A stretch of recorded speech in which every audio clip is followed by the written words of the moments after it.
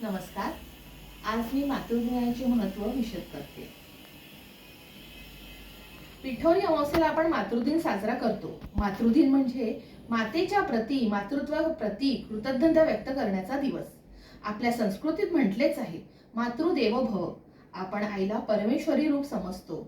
ए माँ, तेरी सूरत से अलग भगवान की सूरत क्या होगी, उसको नहीं देखा हमने कभी, पर उसकी जरूरत क्या होगी. किती यथार्थ वर्णन केलं या गीतात आईचे. नाही, खरेच आपण कोणीच परमेश्वराला बघितले नाही, पण त्याचे साक्षात अस्तित्व आपण आईच्या रूपाने अनुभवतो. मग त्याला पाहण्याची गरजच काय. अशा अर्थाचे हे गीत मातेची महती सांगणारे आहे. मातृदिन हा केवळ आईच्या प्रती कृतज्ञता व्यक्त करण्याचा दिवस नसून, ज्या ज्या व्यक्तींच्या मनात मातृत्वाची व वात्सल्याची भावना वास करते, म्हणजे मातृहृदयी व्यक्तीच्या प्रती कृतज्ञता व्यक्त करण्याचा हा दिवस असतो. आपल्या संस्कृतीत ही मातृदिनाची संकल्पना फार प्राचीन काळापासून चालत आली आहे, परंतु काही लोकांनी ती स्वीकारली नाही. त्याला पाश्चिमात्य देशांची मान्यता मिळाल्यावर, म्हणजे मदर्स डे साजरा करण्यास सुरुवात केल्यावर किती खेदाची बाब आहे ही. जी प्रथा आपल्याला संस्कृतीत प्राचीन काळापासून अस्तित्वात असताना तिच्याकडे ऑर्थोडॉक्स म्हणून नाक मुरडायचे आणि मदर्स डे सेलिब्रेशन मात्र जोरदार करायचे. केवढा हा दुर्विलास. मदर्स डे सेलिब्रेशनला आमचा काही आक्षेप नाही, पण मातृदिनाला रूढीवादी म्हणण्यास मात्र आमची हरकत आहे. पाश्चात्य करतील ते सगळे चांगले आणि आपण आपल्या सण समारंभांना रूढी परंपरा म्हणून हिणवायचे, ही प्रवृत्ती सध्या बोकाळते. एकदा का पश्चिमी देशांची मान्यता मिळाली व त्यांनी स्वीकार केला तरच ती प्रथा आपल्या गळी उतरते. सध्याच्या तरुण पिढीला तर आपले सणवार परंपरा यांचा बागुलबुवाच वाटतो. आपले सण साजरे करताना किंवा परंपरा पाळताना त्यांना संकोच वाटतो.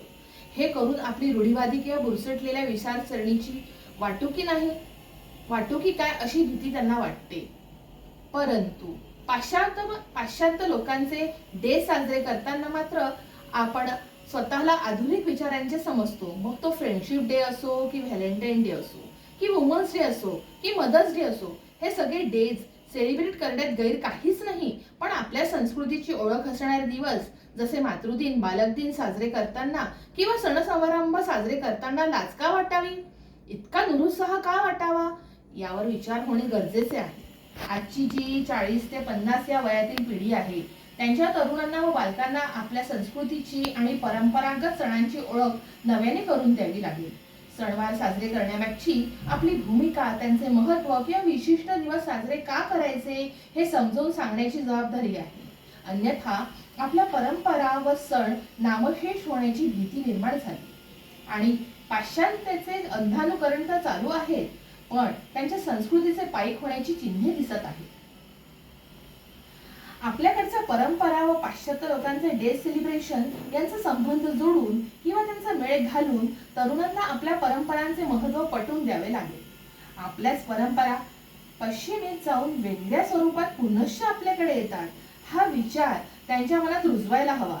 केवळ पाश्चात्य संकल्पनाचे उदात्तीकरण न करता आपल्यालाही परंपरा तेवढ्याच किंबहुना कणभर अधिकच सरस व महत्त्वाच्या आहेत हे त्यांना सांगणे आता आवश्यक झाले आहे. मोबाईल मीडियामुळे आजची पिढी प्रभावित झाली आहे. त्यांची विविध गोष्टींवरील मते ठाम होत आहेत. नवीन नवीन गोष्टी शिकताना आपल्या जुन्या पण महत्त्वाच्या बाबी ते विसरत चालले. याचाच परिणाम की म्हणून काय, आपले सण समारंभ साजरे करण्यात त्यांना शरम वाटते. जग आपल्याला ऑर्थोडॉक्स म्हणेल की काय याची त्यांना भीती वाटते. त्यामुळे जे लोक या रूढी परंपरा पाळतात त्यांच्याकडे हेटाळणीच्या दृष्टीकडे बघितले जाते आणि त्यांना रूढीवादी म्हणून हिणवले जाते आणि त्यामुळेच लोकही आपल्या संकल्पना राबवण्यास घाबरतात, असे माझे मत आहे. आपले ते सर्व चांगले, पाश्चात्य ते सगळं वाईट, हा विचार जेवढा धोकादायक तेवढाच धोकादायक विचारही आहे. पाश्चात्य ते सर्व चांगले आणि पौरात्य ते सगळं टाकाऊ. पाश्चात्याची शिस्त, वक्तशीरपणा, आधुनिकता, कामाचा झपाटा, स्वच्छता या गोष्टी नक्कीच अनुकरणीय आहेत, यात वादच नाही. पण आपले ही विचार, सण साजरे करण्याच्या पद्धती, आपल्या परंपराही तेवढ्याच महत्त्वाच्या नाहीत का? त्यांच्या मागे एक विशिष्ट विचार आहे, एक शास्त्र आहे, ते समजून घेतले पाहिजे. आपल्या परंपरा आणि पश्चिमेची शिस्त व स्वच्छता यांचा मेळ घालून बघा, काय अफलातून समीकरण तयार होईल ते. प्रत्येक गोष्टीकडे डोळसपणे व चौकसपणे पाहून मगच ती स्वीकारली पाहिजे. केवळ जमाव करतो म्हणून आपण ते करण्यापेक्षा ते करणे खरेच गरजेचे आहे का याचा विचार केला पाहिजे. मातृदिनाच्या निमित्ताने हे विचार मनात आले एवढेच. तर यंदापासून आपण परंपरेतील दिवस व सण साजरे करूया आणि तेही आनंदाने व सकारात्मक दृष्टीने करूया. धन्यवाद.